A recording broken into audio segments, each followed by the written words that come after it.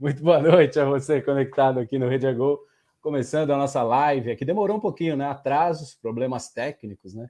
Famoso problemas técnicos que tivemos aqui no comecinho. Tudo acontece sempre na primeira vez, né? Seja muito bem-vindo ao Rede a Gol, aqui no Facebook, facebook.com/Rede a Gol. Eu sou o Luiz Campos, como você está vendo aí logo abaixo. Antônio Carlos Meniné está comigo aqui para falarmos um pouquinho sobre esse assunto que teremos hoje. Estávamos marcado aí para começar às 19 horas. Infelizmente, como eu disse, alguns probleminhas aqui de última hora, quando faltavam aí 1 ou 2 minutos para começar a live, tivemos um problema no microfone e aí não conseguimos dar esse início. Mas vamos lá. Muito boa noite, Antônio. Tudo bem com você? Boa noite, Luiz Campos. Boa noite aos nossos amigos aí do Red Gol. Tá tudo ótimo, graças a Deus aí. Os probleminhas aí que acontecem nas melhores famílias, certo? Aconteceu, não tem o que fazer. Tanto até no início aqui da nossa transmissão, tivemos um novo problema, logo após o início da transmissão, tivemos um novo problema aqui com o microfone, mas agora já está tudo em ordem. Hoje, a primeira live que nós faremos aqui, nós estamos fazendo aqui no Rede Gol. Essa live ela tem a duração de 40 minutos, provavelmente, talvez um pouquinho menos, porque hoje tivemos esse problema aí para o início da live. A live tem duração de 40 minutos. E aí nós temos algumas ideias aí para fazer uma divisão desses 40 minutos. Fazer 30 minutos de debate, 30 minutos de um debate aí sobre o tema que nós já abrimos, né? Futebol é uma atividade essencial ou não? Teremos aí um tempo aí hábil também para comentários e perguntas. Se você quiser participar da transmissão aqui, só mandar seu comentário, mandar sua pergunta. E também teremos aí no final, na parte final, uma parte de memorabilia aqui no Rede Gol. Para isso daí, você vê ali que o Antônio Carlos tem ao fundo ali alguns livros. Eu também tenho aqui 2 livros. Na parte final do programa, nós vamos falar sobre isso, tá certo? Vamos começar o programa e para início desse debate aqui, a volta do futebol. O futebol é uma atividade essencial. Você é a favor ou contra esse retorno nesse momento? Você já pode mandar seu comentário, deixar seu comentário aí. E eu deixo aqui uma frase célebre, que o Milton Neves usa muito, mas é que é uma frase do Arrigo Sacchi, né? Técnico da Itália, em 1994, em que ele diz: futebol é a coisa mais importante dentre as menos importantes. Antônio Carlos Mirinéia, eu deixo para você comentar essa frase aí logo de cara, porque isso daí vai de encontro com o que é o assunto de hoje, né? Com certeza, Luiz. Isso daí poderia entrar na antologia das pérolas do futebol brasileiro, né? É, o futebol é a coisa mais importante dentre as menos importantes. Na realidade, Luiz, essa frase aí, já para a gente começar dando o primeiro pontapé, a gente já pode analisar essa frase aí. Eu não concordo muito com isso, não. É óbvio que essa frase aí é mais uma daquelas frases de efeito, É. né? Mas o futebol, dentro do contexto mundial, né? Não só no Brasil ele é paixão nacional, né? Mas dentro do contexto mundial, o futebol é muito importante. E não apenas como uma atividade física de entretenimento, enfim, que você passe uma tarde de sábado, domingo, ou uma noite de quarta-feira. Não, o futebol ele é um produto, né? Só que ele não é desse produto estático que você compra ali numa lojinha, ele é um produto feito e executado por seres humanos, por pessoas, certo? E que gera emprego. Isso daí gera uma atividade laboral enorme em todo o mundo. São milhares de empregos por todo o mundo de pessoas que se ativam no futebol mundial, né? Tanto da parte de massagistas, médicos, nutricionistas, atletas, jogadores, preparadores físicos, enfim, é uma gama, não só os jogadores, né? Isso também envolve torcedores, que aí já é a parte, a paixão, e envolve também os dirigentes e os cartolas de clubes, mas é inegável que o futebol ele tem uma importância mundial muito grande. Ele não é assim o mais importante dos menores problemas, né? Então, eu não concordo muito com essa frase, não, é uma frase de efeito, mas, enfim, eu reputo que o futebol ele tem a sua importância no contexto mundial. Eu comentei sobre essa frase, como eu disse, o Milton Neves, ele fala muito, né? Ele usa muito essa frase, uma frase do Arrigo Sacchi, foi técnico da seleção italiana em 1994, como todo mundo sabe. Em 94 o Brasil foi campeão da Copa do Mundo, né? Ganhou a Copa do Mundo contra a Itália na final da Copa do Mundo lá nos Estados Unidos. Por que eu usei essa frase na abertura do programa? Futebol é a coisa mais importante dentre as menos importantes. Por quê?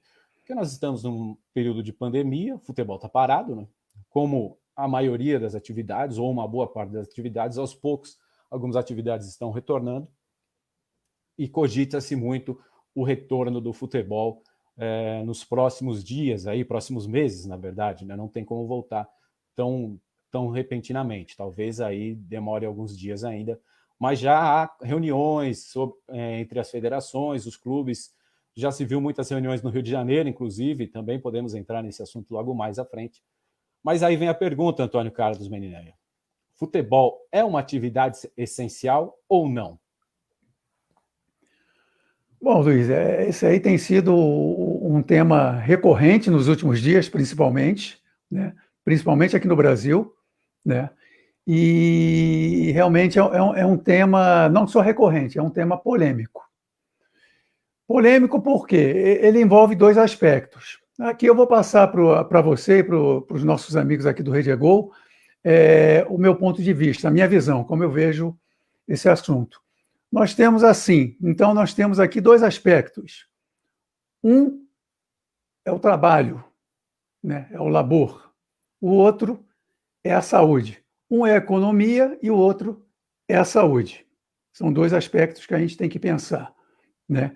Do ponto de vista da pandemia, da saúde da humanidade, da saúde dos brasileiros e de todos os habitantes da face da Terra, nós temos, assim, um primeiro olhar para ter uma atenção maior para a saúde.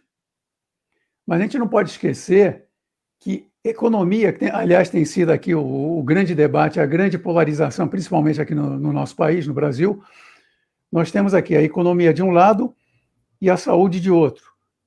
E queiram as pessoas ou não, no meu ponto de vista, esses dois aspectos eles andam juntos, eles caminham juntos. Por quê? Um interfere no outro. A saúde é importantíssima, claro, a saúde é importantíssima do ponto de vista de você se cuidar, ter uma vida saudável. Do ponto de vista de estar vivo, né? Exatamente, de estar vivo, de ter uma trajetória de vida até a nossa velhice, se Deus quiser, né? Com saúde, saudável, ou sem tantas mazelas de problemas de saúde, enfim, para a gente tocar a nossa trajetória aqui nesse plano. Mas a gente não pode esquecer que nós também temos aqui, do outro lado, a economia. E a economia aqui eu coloco como trabalho. O que é o trabalho? O trabalho é para você ter as suas conquistas pessoais, o trabalho é para você seguir a sua trajetória até a velhice, né, com uma estabilidade financeira, de conquistas e de conquistas de bens materiais, né? Então, quando eu digo, e até no aspecto da aposentadoria, principalmente quando você vai ganhando idade, vai chegando na sua velhice, você já quer estar com, como costuma se dizer, com o seu pé de meia feito. Então, nós temos aqui dois aspectos que um interfere no outro, né? Se você estiver mal no seu trabalho aqui na questão econômica, isso, de uma certa forma, afeta a sua saúde, ou no plano psicológico ou no plano físico. Se a sua saúde não estiver boa, o que vai acontecer? Isso pode interferir no seu labor, isso pode interferir no seu trabalho e pode interferir na sua economia. De duas formas. Ou você começa a ficar impedido de exercer a sua profissão, sua atividade laboral, né? Ou então você tem que se afastar e voltar recorrentemente, né? Voltando de licenças, enfim. Então, são dois aspectos que costumam caminhar junto. Obviamente que a gente está tratando aqui de uma pandemia mundial, onde a gente tem um primeiro olhar para a saúde, né? E essa é a questão. Do ponto de vista da essencialidade, Luiz, o meu saudoso e falecido avô, ele costumava dizer que essencial na vida da gente é tudo aquilo que aperta o nosso calo. E eu acho que nada mais, não existe nada que aperte mais os nossos calos do que trabalho e saúde. São duas coisas que estão interligadas com a gente diretamente, uma interfere na outra e atinge o profissional, atinge o ser humano. Do ponto de vista da essência, eu diria para você que, em primeiro lugar, está a saúde. Então, eu colocaria os profissionais de saúde, como atividades essenciais, enfermeiros, médicos, fisioterapeutas, a polícia, que trata da segurança no Estado, no país, no mundo, né? A segurança, enfim, do ponto Antônio, de vista médico, diga. pode terminar o raciocínio. Então, do ponto de vista da pandemia, o importante e as atividades essenciais na realidade são as que afetam a sua vida. Então, são médicos, enfermeiros, hospitais, enfim, aonde você se trata e, teoricamente, as outras atividades teriam que ficar em isolamento ou em quarentena. Mas sabemos que isso daí é praticamente impossível.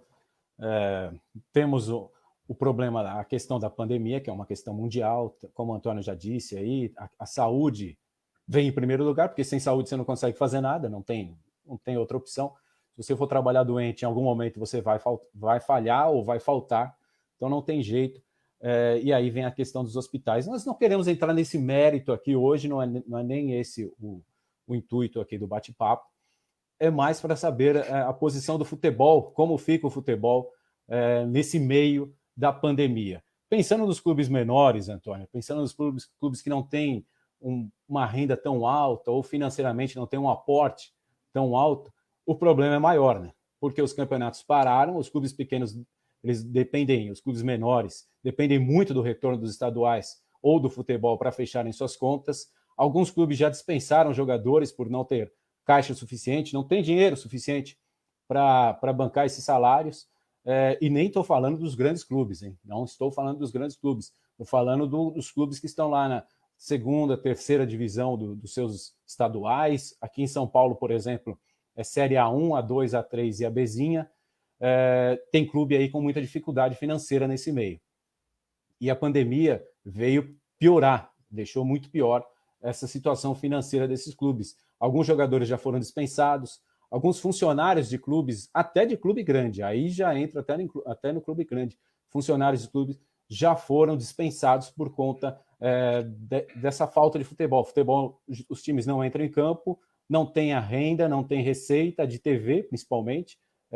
A federação, a CBF ajuda de alguma forma, depois eu até vou falar sobre isso, os campeonatos de menor expressão, a Série D do Campeonato Brasileiro, a CBF dá uma ajuda financeira para os clubes. Não sei se é suficiente, podemos entrar nesse mérito posteriormente, mas não sei se é suficiente. Mas o que fazer? Como conseguir resolver essa situação? Segundo o levantamento da CBF feito em 2016, foi publicado na edição brasileira do site El País, apenas 4% dos jogadores brasileiros, jogadores profissionais, recebem acima de 10 mil reais. Vejam esse número, 4% do total. Apenas 4% recebem acima de 10 mil reais. O povo brasileiro, normalmente quem gosta de futebol, acha que jogador de futebol ganha muito, tem muito dinheiro.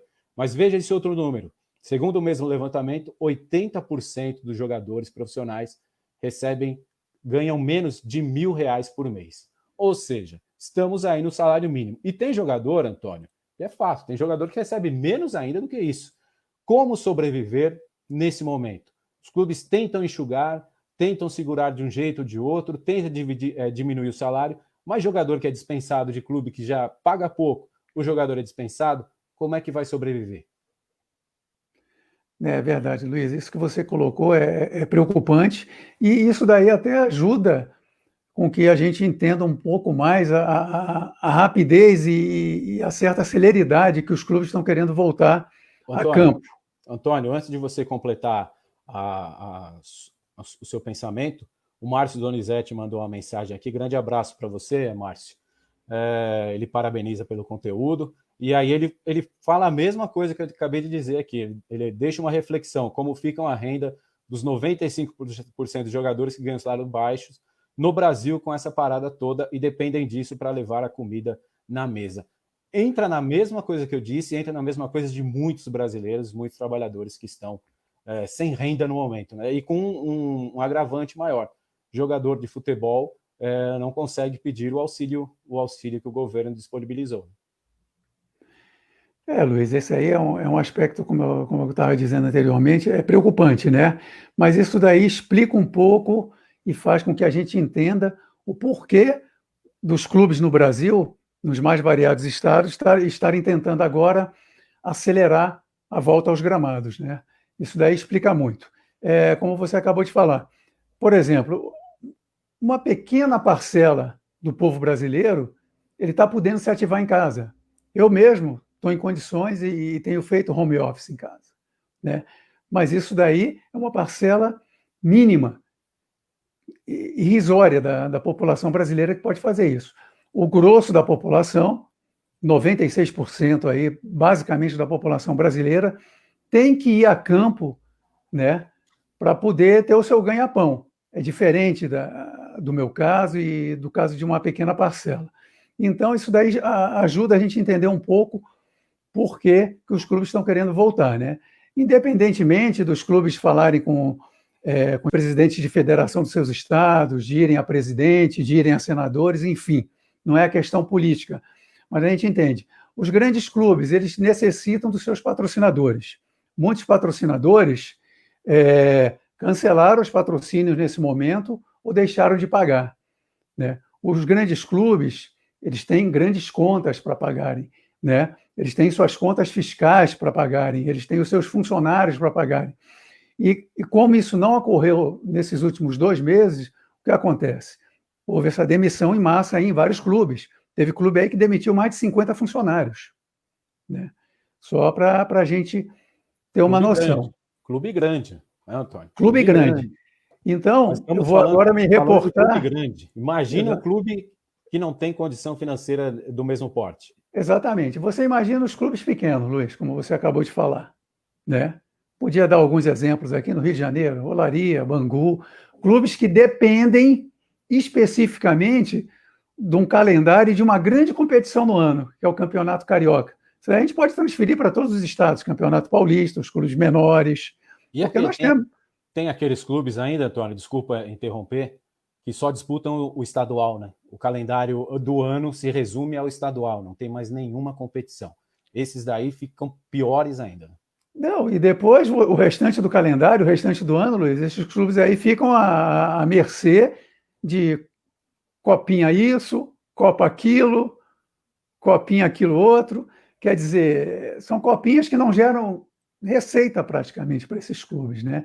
Então, realmente é uma situação delicada, é uma situação que não é igualitária, né? E a gente tem que, de uma certa forma, entender por que os clubes estão querendo voltar o mais rápido possível para o futebol, porque assim as suas receitas vão voltando aos poucos, seus patrocinadores vão voltando, até mesmo os pequenos clubes também têm os seus pequenos patrocinadores, apoiadores, incentivadores, e essa receita faz falta, principalmente para esses pequenos clubes, né?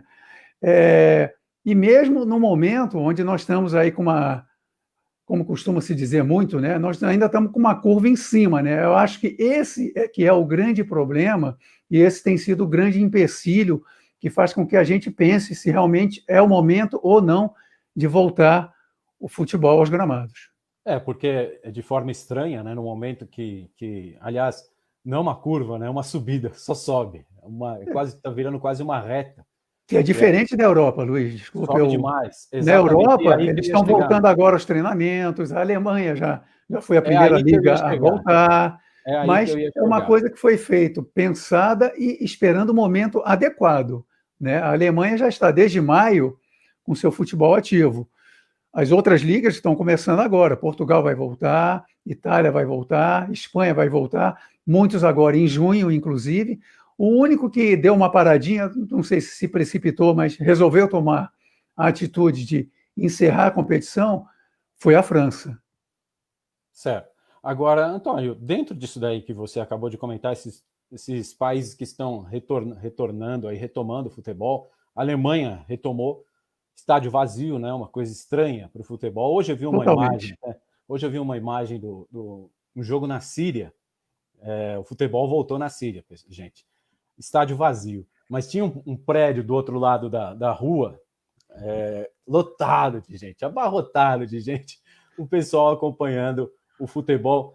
não está no estádio, mas está todo mundo lá, uma aglomeração enorme, muita gente, mas muita gente. Devia ter ali, bem ali, umas 200 pessoas, todo mundo junto ali, todo mundo amontoado ali, assistindo o jogo. Saiu o gol, teve uma comemoração enorme, uma coisa que foge aos padrões do que está acontecendo hoje em dia. Se o futebol voltou, e aí eu vou até comentar aqui umas frases usadas pelo presidente do Fluminense, do Botafogo, que são contras, né? Nesse momento eles são contra o retorno do futebol lá no Rio de Janeiro. Eles acham que tem que esperar passar ou diminuir muito, ou a curva entrar na queda, né? A curva está na ascendente, a curva está subindo ainda, entrar na descendente para começar a pensar. E aí eles falaram, o futebol pode voltar com os portões fechados? Pode voltar, mas mesmo assim os bares vão começar a encher de gente. Vai gente na casa um do outro para acompanhar? Vai, isso vai acontecer, infelizmente vai acontecer. E é uma coisa que tem que ser ponderado para ver se vale a pena ou não. Mas é uma questão também de saúde. Aí a gente entra na parte política, que não é o nosso objetivo aqui, entrar na parte política, mas depende muito da Secretaria de Saúde do Rio de Janeiro, nesse caso, do Rio de Janeiro, ou então do Ministério de Saúde brasileiro aqui, que dá o aval ou não da retomada das atividades. No caso do futebol, eu acho que vai demorar um pouquinho mais para ter esse retorno.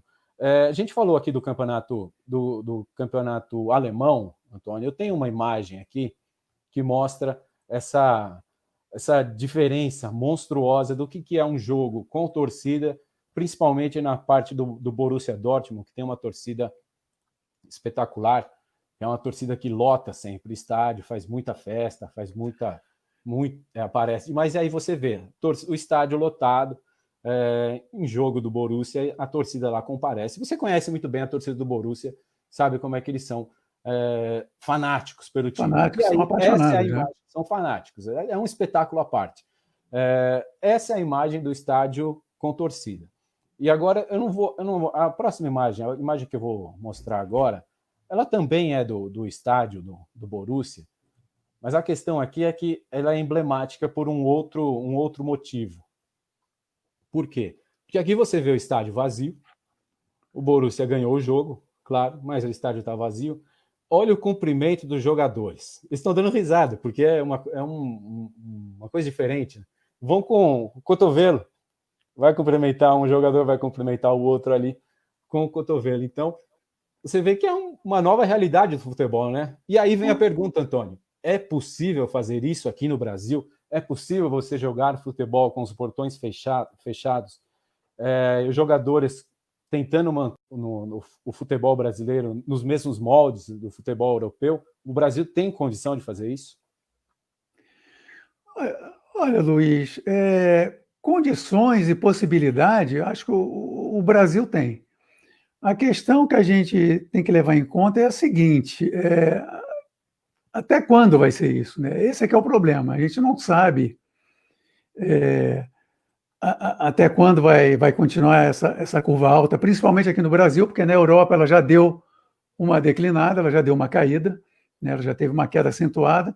Não à toa, as ligas estão voltando devagar, nesses moldes que você acabou de colocar, como no futebol alemão, né? Estádios vazios, com exceção da Rússia, que, salvo engano, a Rússia tinha anunciado que ela ia manter 10% da capacidade dos estádios. Eu não sei se, com o passar do tempo, a Rússia vai manter, né, essa estimativa de público, né? Porque, se queira você ou não... Essa história de 10%, Antônio, se você pensar num estádio, 10% das pessoas é nada, né? Pensa aqui no Pacaembu, vamos supor no estádio Pacaembu. 10% ali, 3 mil pessoas. Pouco menos que isso, pouco menos que 3 mil pessoas. Bastante gente. Mas espaçado no estádio, você com espaçamento, não é nada. Agora, sim, 3 mil pessoas chegando no estádio ao mesmo tempo. Isso que eu ia falar agora. A questão é a organização de como você vai fazer para fiscalizar isso e evitar aglomeração. Porque o grande problema são as aglomerações, certo? Então, você vai ter que ter uma equipe muito bem treinada para evitar todo tipo de aglomeração, seja na entrada, seja na saída, seja quando eles estiverem se deslocando em ônibus e metrô. Como é que vai ser isso, né?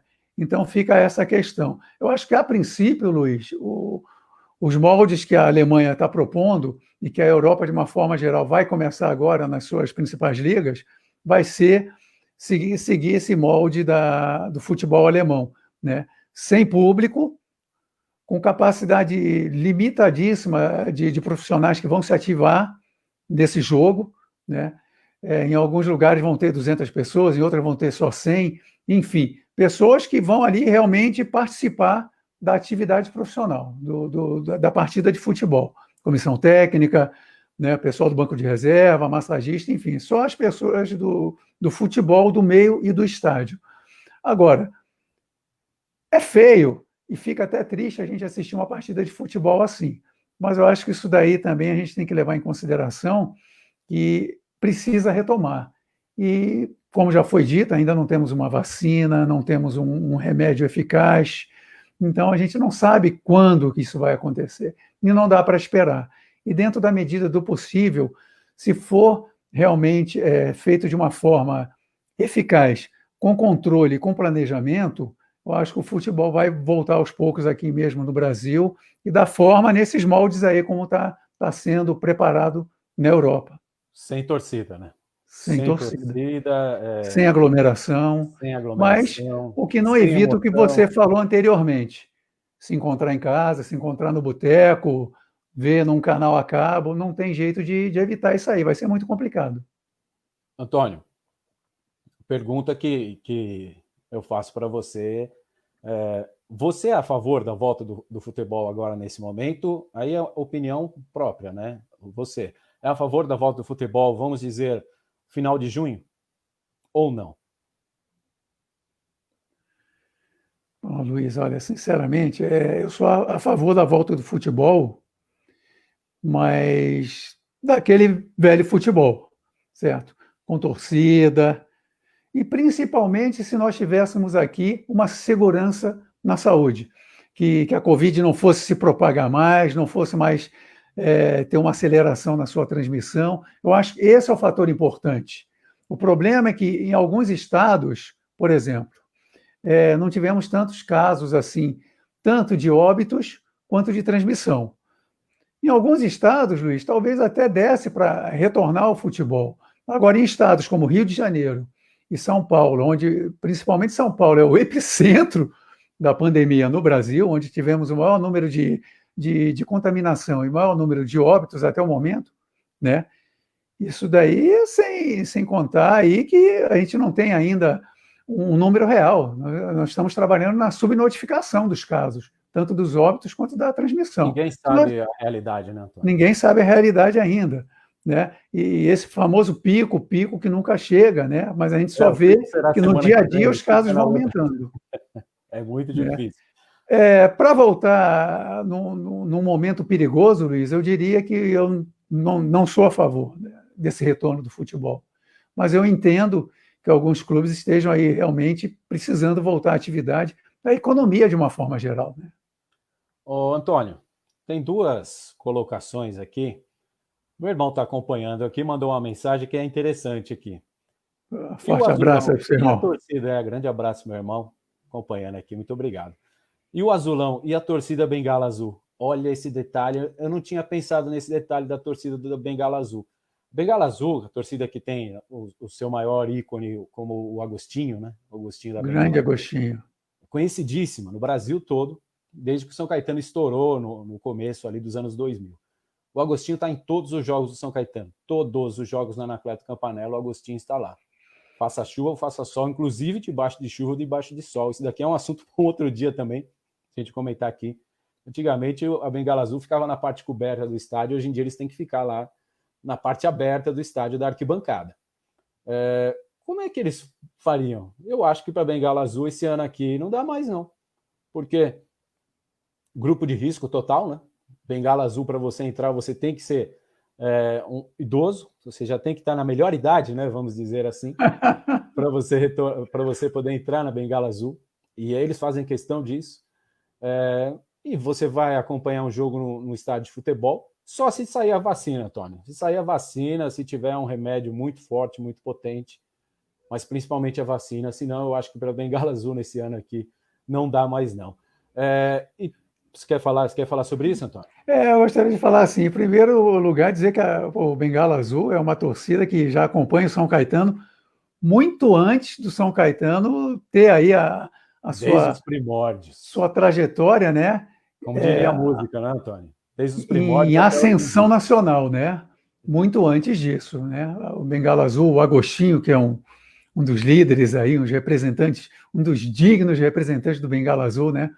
Pessoa super gente boa, torcedor pode ir bem com a vida, um cara que vai para o estádio para torcer para o time, né? Não para agredir ninguém, já é um senhor de idade também, como você falou, Luiz. O Bengala Azul já está ali numa certa faixa etária que faz parte do grupo de Perigosa, risco, né? perigosa. Então eu diria para você que nesse momento, ou até sair uma vacina, ou sair um remédio, eu acho que fica complicado para o Bengala Azul frequentar os estádios e voltar a torcer para o São Caetano, né? Eu acredito que o Bengala Azul, nesse momento, tenha que se resguardar e esperar aí a poeira baixar para ele poder voltar a incentivar o Azulão. E tem um comentário aqui do Carlos Eduardo. Grande abraço para você, viu, Carlos? O Borussia é o clube com melhor média de público. Nós estávamos falando do futebol alemão, ficou aqui, inclusive. O Borussia é o clube com melhor média de público, ocupação de quase 100% do estádio. É impressionante o Borussia Dortmund. Eles vendem o pacote de ingresso. E aí ele comentou do estádio vazio, né? Ele comenta que tem este outro problema, ficará muito feio. E fica mesmo, estádio de futebol vazio é estranho. É triste, Luiz. Não parece nem aquele jogo de rua. Sabe aquele jogo de rua quando a gente era moleque, a gente fazia 5 minutos, 2 gols, ou alguma coisa assim?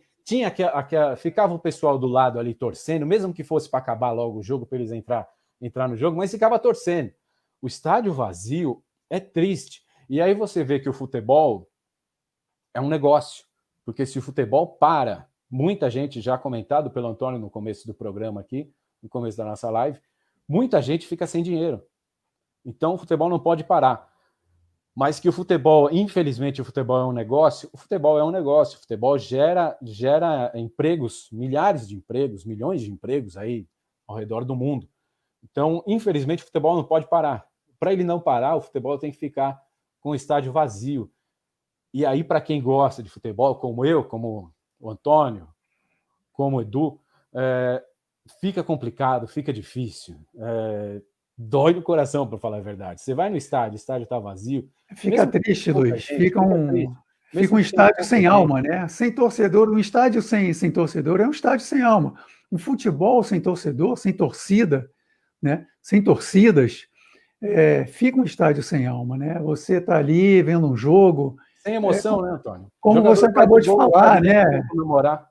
Você ouve ali aquele bate-papo dentro do estádio, você ouve as vozes, né? Você ouve o treinador falar, coisa que você habitualmente não ouve treinador, não ouve o jogador falar dentro de campo, impossível, né? Quando as torcidas estão presentes. E fica uma coisa muito insossa, fica uma atividade muito fria, né? Essa que é a verdade. Você não pode comemorar, não pode abraçar seus companheiros, enfim. Você pode fazer o quê? A não ser jogar e tomar cuidado para não ter um contato, né? No futebol é impossível, né? Imagina bola na área, cobrança de escanteio, ou cobrança de falta com levantamento na área. Empurra, agarra. Não tem como não ter contato. Você vai ter contato.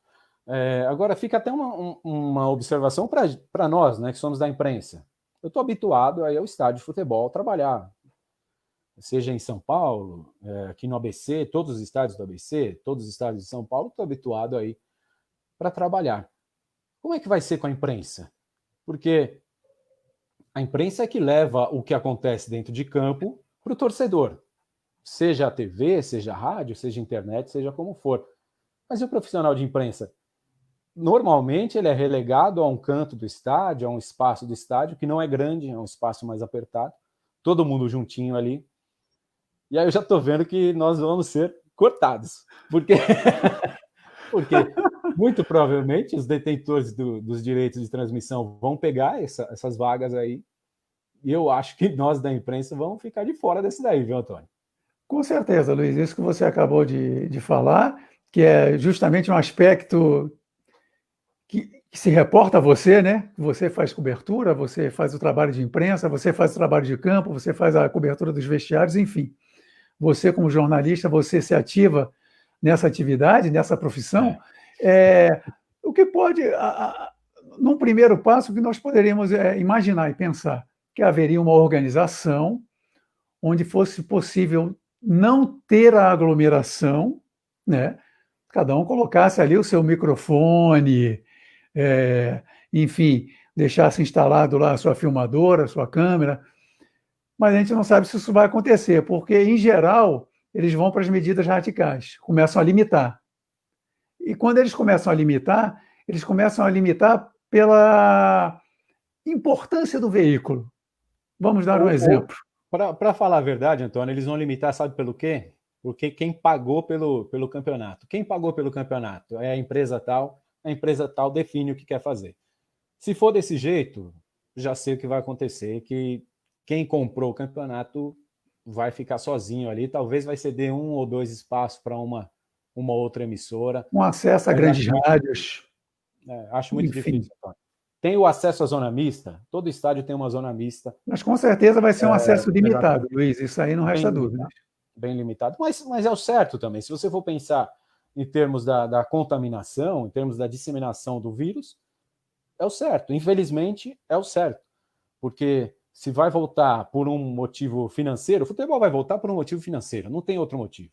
Não tem nenhum outro motivo. É um motivo porque as pessoas gostam do futebol, né? As pessoas gostam. Mas isso, como todas as profissões, precisam voltar. Sim, né? Todo mundo gosta de futebol. Tá? É difícil uma pessoa que não gosta de futebol. Ou de outro esporte. Aqui nós estamos falando de futebol, mas isso vale para o vôlei, para o basquete, para qualquer esporte, futebol americano, seja como for.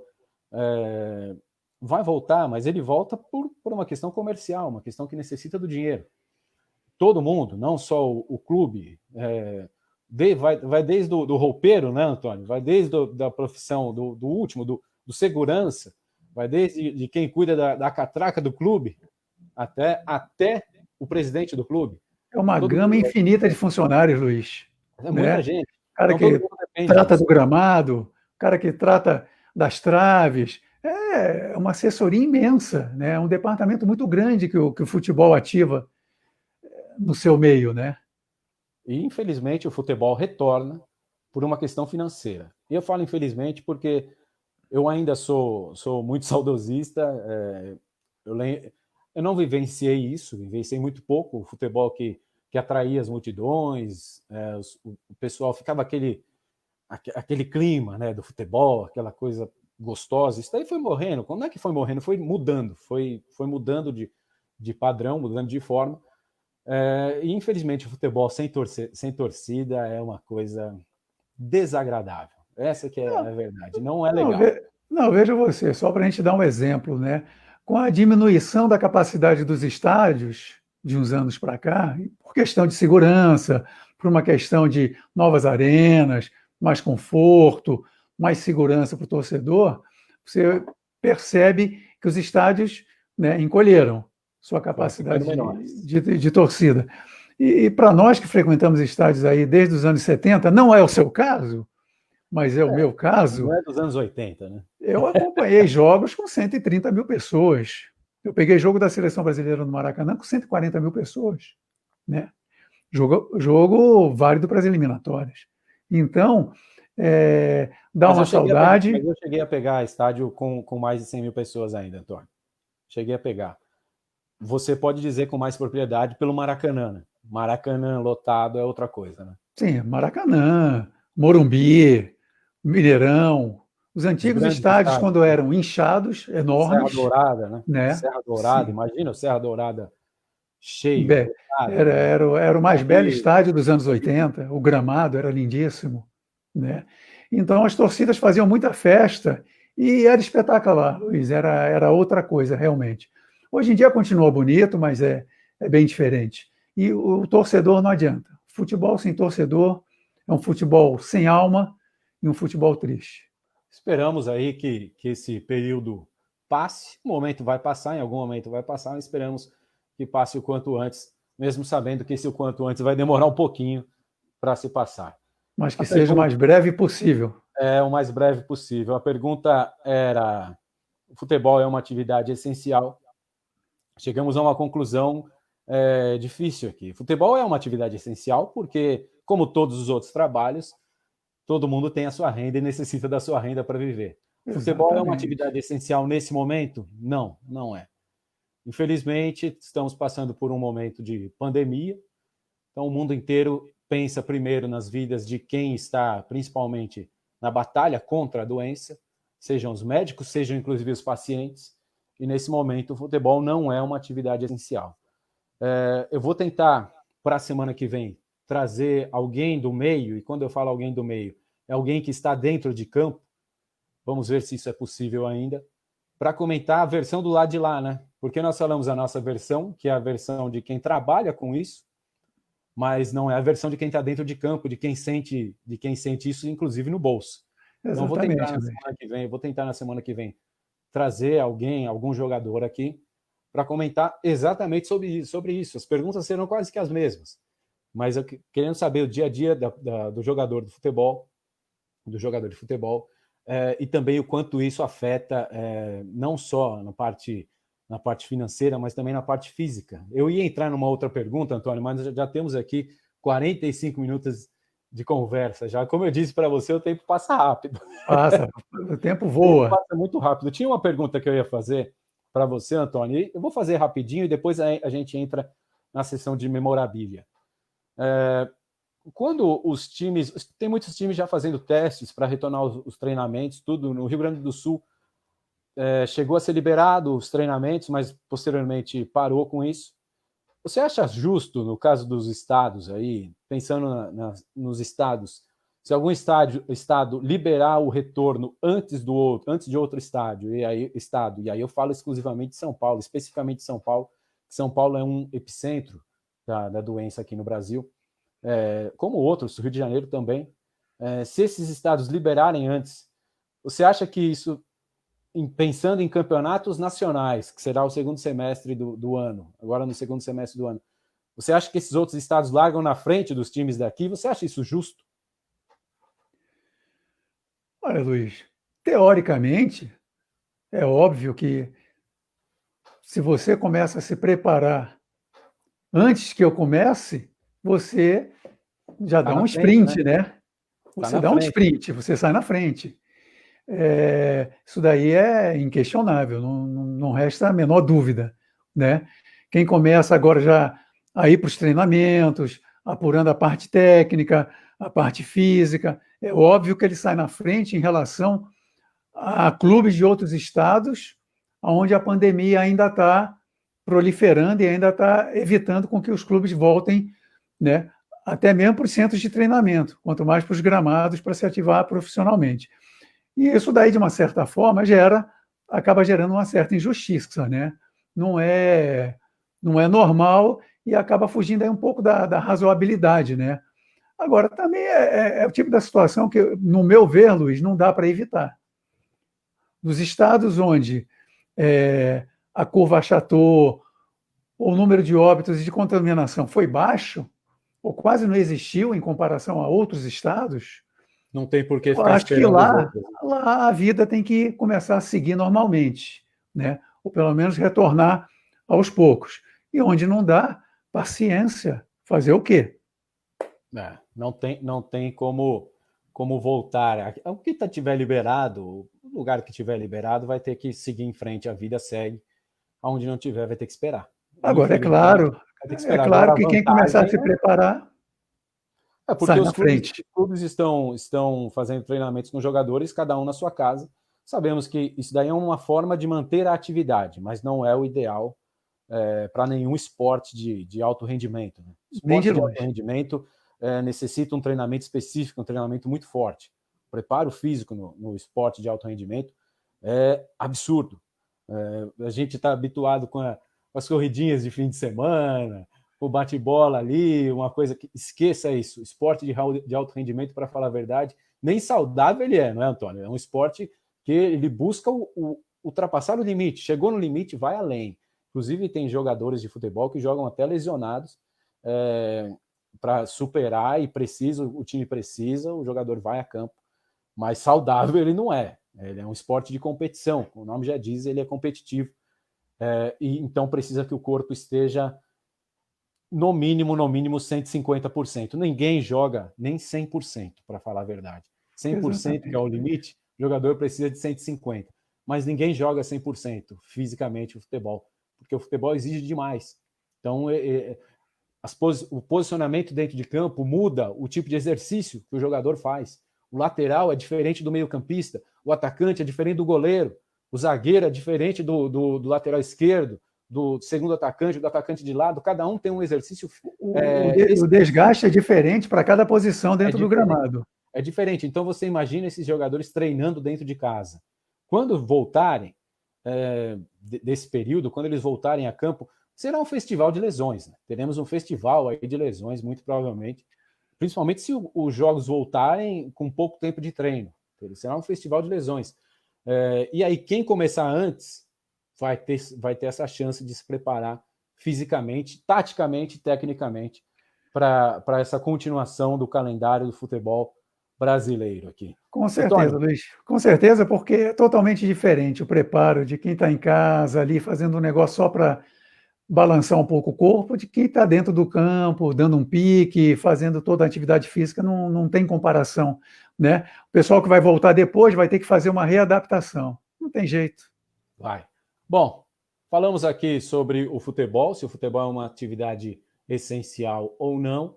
Chegamos a uma conclusão que é complicada, né? É complicado. Como toda atividade é essencial, mas no momento não é. Antônio, você tem mais algo a dizer sobre o assunto ou podemos passar para a sessão de memorabilia?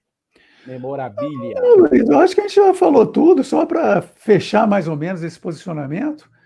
Vai depender muito de quem se ativa no futebol ou não, para poder dizer se ele é essencial ou não, porque cada um sabe onde aperta o bolso, ou o calo, ou a sobrevivência, o seu sustento, enfim.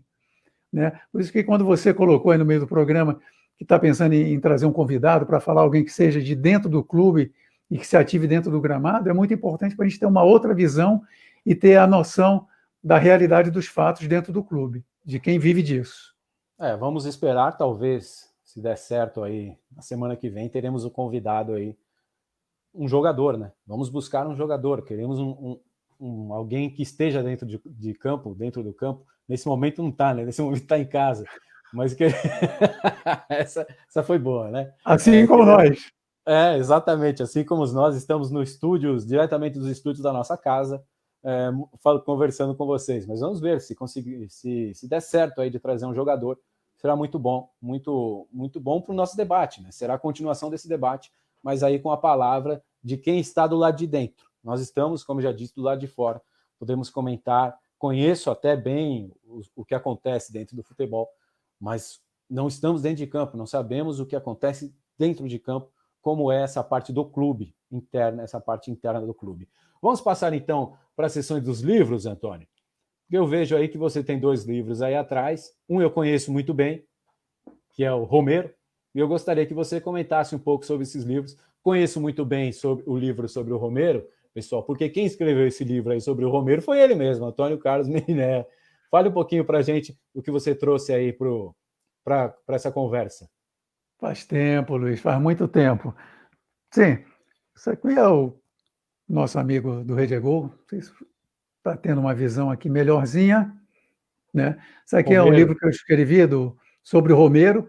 O Romero, para quem não sabe ou para quem não se recorda, né, foi um jogador dos anos 50 e 60, que ele se ativou tanto no América do Rio de Janeiro, o famoso Ameriquinha, né? E depois ele veio para São Paulo e foi campeão aqui pelo Palmeiras em 1959. E o Romero ele fez o famoso gol do supercampeonato de 1959 sobre o Santos do time do Pelé e companhia. Quem jogava naquele time do Santos lá? Quem jogava naquele time do Santos, Antônio? Rapaz, Pelé, né? Pelé. Ninguém mais, ninguém menos que o rei, né? O rei do futebol. O Romero marcou o gol, foi um gol de falta, não foi? Isso, foi um gol de falta. O resultado foi 2-1, né? Para o Palmeiras em cima do Santos. Foram 3 jogos decisivos, né? E esse gol aí acabou colocando o Romero O Romero já fazia parte do cenário nacional, mas ele ganhou aí um grande reconhecimento, até porque nesse ano ele foi o artilheiro do Palmeiras, né? Ele fez gols também pelo Palmeiras na Taça Brasil, de 1960, né? Logo após aí a conquista do Supercampeonato de 1959. E o Romero também fez muita história no Rio de Janeiro, no América, né? Ele enfrentou o Flamengo. O Romero fez parte daquele saudoso time do América dos anos 50, que tinha Pompeia, Alarcón, quer dizer, são lendas aí do futebol carioca, do futebol brasileiro, e o Romero enfrentou toda aquela moçada lá de grande nome no Rio de Janeiro. Jogou contra Garrincha, jogou contra Nilton Santos, enfim. O Romero, ele fez muito sucesso no Rio, veio para São Paulo, foi campeão no Palmeiras, fez sucesso no Palmeiras e depois foi fazer sucesso na Colômbia, onde ele foi campeão pelo Milionários e encerrou a carreira dele no Júnior de Barranquilha. E foi um grande amigo meu e hoje ele não está aqui mais com a gente, já partiu desde 2008, ele foi para outro plano, mas com certeza o Romero, que é conhecido como o Sputnik brasileiro, deve estar fazendo muitos gols lá onde ele está. Muito bom, o livro é muito bom, já li e reli algumas vezes, é claro que eu tenho o meu livro também, autografado pelo Antônio Carlos Meniné, isso aí. Próximo livro ali que você tem ali, Antônio? Isso aqui, Luiz, foi um livro que eu comprei em 2005, né? E é um livrinho pequenininho com histórias, regras e curiosidades do futebol. Ele fala tudo sobre o futebol. O que é o futebol? Aqui ele conta a trajetória do futebol mundial desde os seus primórdios, né? Quando Até hoje em dia. Até hoje em dia, onde reza a lenda que os guerreiros naquela era eles chutavam a cabeça dos derrotados nas batalhas, nas guerras, enfim, ficavam chutando suas cabeças, seus crânios, certo? Até que hoje em dia a gente, né, chuta a redondinha. E aqui ele vai fazendo uma trajetória, ele passa pela Inglaterra, do início do futebol na Inglaterra, dos grandes clubes da Inglaterra, até chegar o futebol brasileiro e abranger todo o futebol mundial. Ele traz também aqui as regras e muitas curiosidades. Vale a pena o que é o futebol. E esse livro foi escrito pela Silvia Vieira e pelo Armando Freitas, né? Ambos trabalhavam na Comissão Olímpica brasileira. As duas. Vale a pena ter em casa, hein? Vale a pena. Vale a pena. E é sempre bom saber um pouquinho mais sobre as regras do esporte. Apesar que já passou o tempo, né? De 2000 e quanto que é, Antônio? 2005. Já mudou bastante, hein? Mudou. Futebol, as regras um pouco, mudaram sim. bastante, mas é bom ficar sempre inteirado no que acontece. E é claro, isso é uma coleção. Antônio Carlos tem vários livros sobre futebol e alguns outros esportes também, alguns outros assuntos. Então, ele já tem esse livro há bastante tempo. Eu tenho 2 livros aqui também, Antônio. Um livro é sobre Charles Miller. Esse livro aqui é espetacular. Esse livro aqui sobre Charles Miller. Muito bom, também tenho. Você também tem, aliás, ganhamos no mesmo dia, né? Gravação lá no SPAC, São Paulo Athletic Club, lá em São Paulo. Fomos gravar com o John Mills, saudoso John Mills também. Saudoso John Mills. Também já não está mais conosco. Conhecia muito do futebol inglês, conhecia muito da vida de Charles Miller, enfim, um profundo conhecedor do futebol mundial. Esse livro aqui é um memorial, né? A memória do SPAC. O SPAC é o time do Charles Miller. Quem não conhece Charles Miller, né? Quem trouxe tudo para cá, quem começou com a bola redondinha aqui no Brasil, com esse pequeno bigode aqui, eu vou deixar um dia esse bigode aqui. Antônio Carlos já teve esse bigode à la Magno. Eu vou deixar um dia deixarei esse bigode aqui também. Tenho certeza que minha esposa aprovará, meus filhos também aprovarão esse lindo bigode. Esse livro aqui é muito especial para a gente, porque nós fomos gravar lá no SPAC, no São Paulo Athletic Club, lá em São Paulo. Na época estávamos fazendo um programa numa TV em Osasco, né? Isso daí foi em 2004, hein? Faz bastante tempo já. Faz tempo, hein, Luiz? E aí o John Mills nos recebeu muito bem lá no SPAC, um lugar espetacular também, um lugar muito bonito. É um clube que hoje em dia se volta para o rugby, né? Não tem mais nada a ver com futebol, é o rugby que é forte no SPAC, mas é claro que é amador também. Nos recebeu e nos presenteou com esse livro fantástico sobre a vida de Charles Miller. Infelizmente, não tem. Quem tem, tem, né? Quem tem, tem o livro.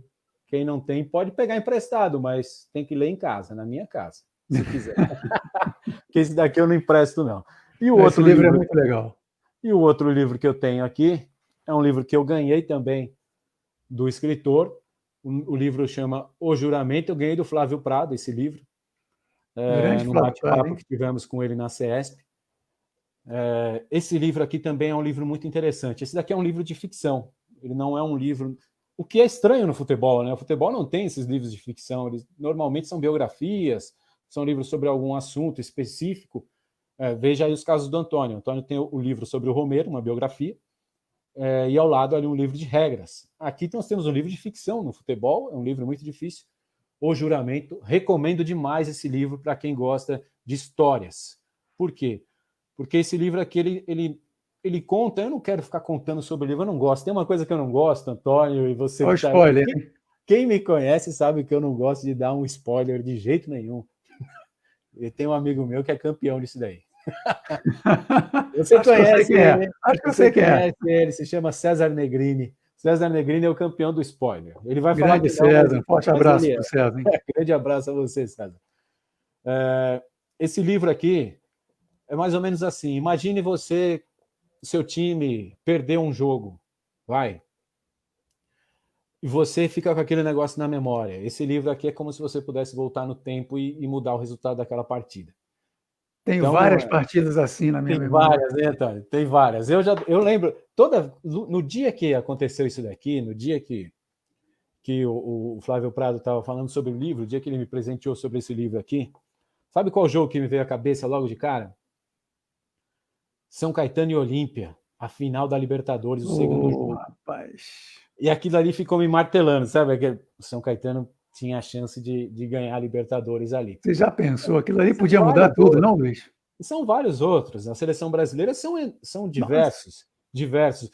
O Carlos Eduardo já mandou aqui São Paulo e Vélez. São Paulo e Vélez. Que tinha o Vélez Sarsfield, que Ah, tinha o Turco Chilaver, né? Assad, Chilaver no gol, Turco Assad. O São Paulo perdeu nos pênaltis aquele jogo no Morumbi, absurdamente abarrotado. São vários jogos, né? São São várias vários, Luiz. histórias. Eu podia citar um aqui, Brasil e Itália em 82, certo? Brasil e Itália de 82. Poderia evitar Parece, são algumas derrotas que dão a Brasil e impressão de França. que são 4 anos depois derrotas. tivemos Brasil e França, de 86. O Brasil perdeu nos pênaltis. Júlio César dá um chute que não sei como derrubou a trave. Mas infelizmente, infelizmente a bola foi na trave. São derrotas, Luiz, que dão a impressão de que a trajetória de nossa vida foi alterada, né? São. É o C, né? Mas o C não faz parte da vida. Mas e se tivesse sido diferente? Aquela seleção de 2010 que era fraca, mas que estava ganhando o jogo da Holanda de 1-0 no primeiro tempo, poderia ter feito 2, 3, 4 gols no time da Holanda. Depois, no segundo tempo, um gol contra do Felipe Melo, numa saída equivocada do Júlio César. Depois, o gol de cabeça do Sneijder, pequenininho Sneijder. O jogo de 2014, Brasil e Alemanha, Nossa. 7-1. E Aquele ali não tem muito o que se o Zico não fazer. perde o pênalti em 86 contra a França? Aquele lá acho que não tinha o que fazer, aquele Brasil e Alemanha. O que poderia acontecer era o pessoal invadir o campo, né? O pessoal, antes de bater aquele escanteio que o Miller faz o primeiro gol, o pessoal invadia o campo, parava o jogo, né? Não vai ter jogo, não vai ter jogo, não vai ter Copa, acabou. E aí a gente não ia ter esse problema. O Felipe aqui também mandou aqui Brasil e França da Copa do Mundo de 2006. O Roberto Carlos está arrumando um meião. O Henry vai por trás no lançamento do Zidane e marca o gol. Não sei se foi culpa do Roberto Carlos ou não. O Henry faz o gol bem em cima.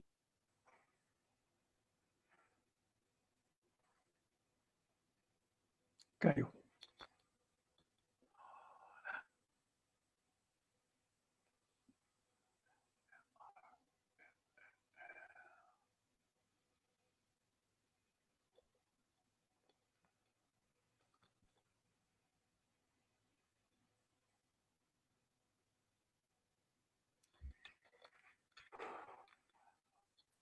Voltamos, Antônio. Voltamos. Problemas de conexão.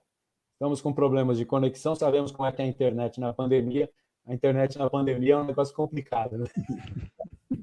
Um pouquinho aqui, já estamos de volta. Comentando aqui, o Felipe mandou aqui Brasil e França da Copa de 2006. Aquele jogo também o Brasil não jogou nada. O Brasil já veio numa Copa ruim, fez uma Copa não muito boa.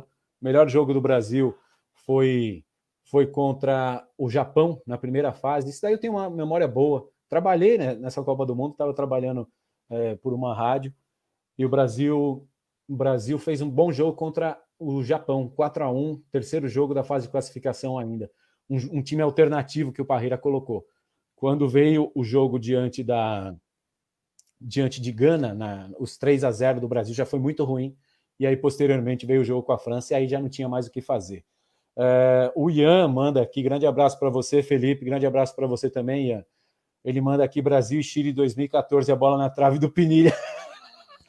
Tem razão, porque se aquela bola tivesse entrado, o Brasil era eliminado ali e não ia ter o jogo contra a Colômbia. Tudo bem, a Colômbia foi o melhor jogo do Brasil, talvez, na Copa do Mundo, mas não teria aquele jogo fatídico contra a Alemanha, né? Poderia ter entrado aquela bola contra o Chile, mas não entrou.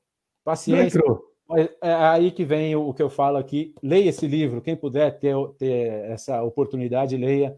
Chama O Juramento, do Flávio Prado.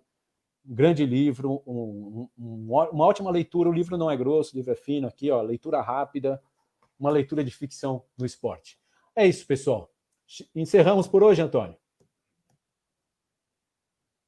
Acredito que sim, né, Luiz? Acredito que sim, porque também 8h20, já 1h e 5 minutos de live. Para quem tinha comentado de fazer uma live de 40 minutos, os problemas técnicos também. Tivemos alguns problemas no início, também agora. Deram alguma dificuldade aí no início, mas eu agradeço a todos que estiveram aqui conosco nessa live, todo mundo que participou, que mandou mensagem, todo mundo que assistiu, que não mandou mensagem, mas assistiu. Comente da próxima vez, quem esteve aqui conosco só assistindo, compartilhe, fala com o pessoal aí. Essas lives serão toda segunda e quarta-feira, pelo menos de início aqui, toda segunda e quarta-feira, às 19h, 7h da noite, teremos esse papo aqui no Facebook do Rede Gol. Vamos tentar ampliar isso com o tempo aí para o YouTube, para o Instagram, com calma, muita calma, porque a internet não ajuda. Antônio Carlos, grande abraço, muito obrigado pela participação hoje. Luiz, um grande abraço aí, foi um prazer fazer esse bate-bola com você, e um forte abraço aí para os amigos do Rede Gol que participaram com a gente aí. Um abração. Carlos Eduardo está falando aqui que mandou uma mensagem aqui legal aqui. Tem que falar sobre esses jogos do passado em outra live. Pode ter certeza que vamos falar. Com certeza. Teremos assuntos específicos, assuntos sobre um jogo específico, sobre um lance, sobre um jogador, sobre um momento do futebol que aconteceu. E com o andamento disso daqui, nós vamos passar até para outros esportes, mas isso daí é um assunto mais lá para frente. Vamos tentar, na semana que vem, trazer um jogador aqui para comentar sobre esse assunto do futebol na pandemia e se é essencial ou não para ele. Queremos saber também a versão dos boleiros, né?